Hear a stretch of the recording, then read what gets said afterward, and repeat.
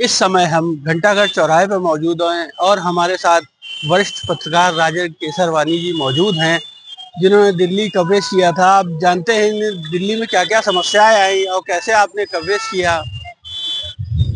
करण जी, चूंकि समस्याएं तो संघर्ष ही जीवन है। पत्रकारिता का जो मूल तत्व है वो ये कहता है कि संघर्ष ही जीवन है।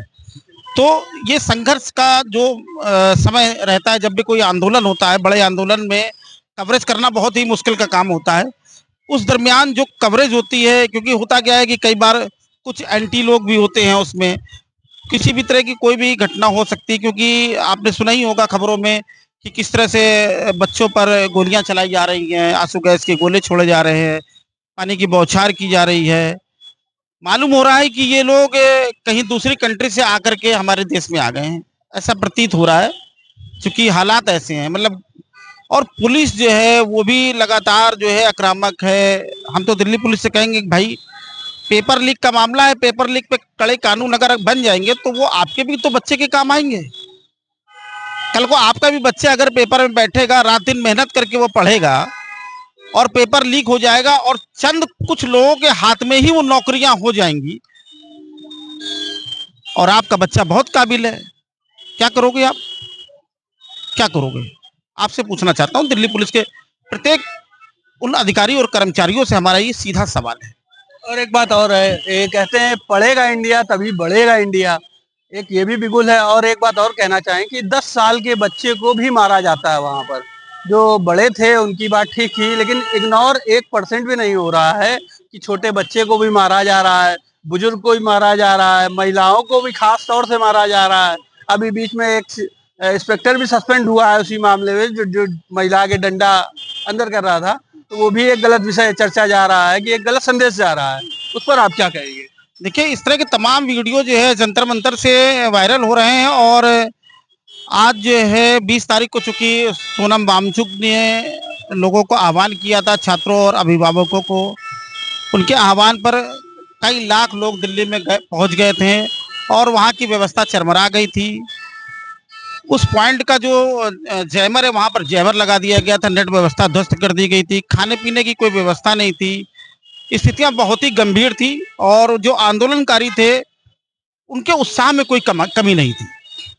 क्योंकि ये जो जो आंदोलनकारी थे, तकरीबन मैंने 50 लोगों से बात करी। मैंने, आपने देखा होगा स्ट्रांग भारत न्यूज में कि किस तरह से हमने महा कवरेज किया वहां का, और महा कवरेज के दौरान तकरीबन 50 लोगों से मैंने बात करी। लगा कि जो युवा है, जो पढ़ा लिखा समाज है, शायद अब इस देश की एक नई तस्वीर की गणना करके आ चुका है। मतलब एक नई लहर आ चुकी है। बिल्कुल बिल्कुल, मैं यही कहूंगा कि एक नई लहर आ चुकी है। और अगर इसको किसी भी आप प्रभाव और अभाव में ना आकर के सही रणनीति के साथ अगर किया जाएगा, तो जो भारत है असल में अब विश्व गुरु की उसकी शुरुआत हो जाएगी। क्योंकि देखिए, भारत की मतलब जो उसके अंदर जो नॉलेज है, उसका जो ज्ञान है, वो बढ़ चढ़ के बोल रहा है। वो नहीं पूरी दुनिया मानती है। स्वामी विवेकानंद जी को पूरी दुनिया मानती है। तो जो भारत की जो शक्ति है वो बहुत ही प्रबल है।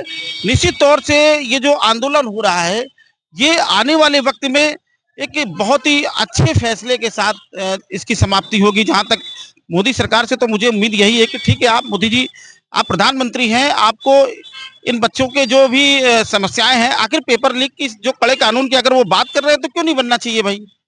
बनना चाहिए। और ऐसे में अगर कड़े कानून बनेंगे तभी तो जो देश है उसका विकास हो पाएगा। भाई, योग्य लोग जो है मुख्य सीटों में बैठेंगे, योग्य लोग बैठेंगे तो भारत का विकास अपने आप हो जाएगा, ऑटोमेटिक हो जाएगा वो तो मुझे लगता है कि बहुत ही उचित और अच्छे प्रोविजन की वो मांग कर रहे हैं।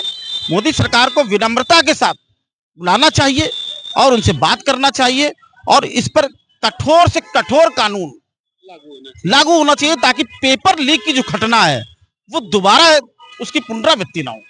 और एक बात और जानना चाहेंगे, वहाँ जो आपने कवरेज की और आपने कई आंदोलन भी कवरेज करे हैं, तो वहाँ आपका अनुभव क्या रहा और वहाँ पे किस प्रकार की कैसी दिक्कतें आई कवरेज करने दौरान? क्योंकि आप कानपुर से दिल्ली गए थे। एक मुख्य विषय ये है। देखिए करण जी, बिल्कुल ठीक बात, आपने बहुत अच्छा प्रश्न किया। दरअसल है क्या कि एक बात ये समझने की है कि हमने इससे पहले स्वामी रामदेव का जो आंदोलन था, हम वहाँ पर भी दिल्ली उस दरमियान भी कवरेज के लिए गए थे, और उसी कवरेज के दौरान हमने वहाँ पर जब हम गए तो हालात उस समय भी वही थे। तो हमने अपनी खबर की कास्टिंग में ये शब्द कहे हैं कि ये 2013 में जो आंदोलन हुआ था स्वामी रामदेव का, 2011 या 13 में हुआ था, मैं थोड़ा सा यहाँ पे उसको आप लोग करेक्ट कर लीजिएगा।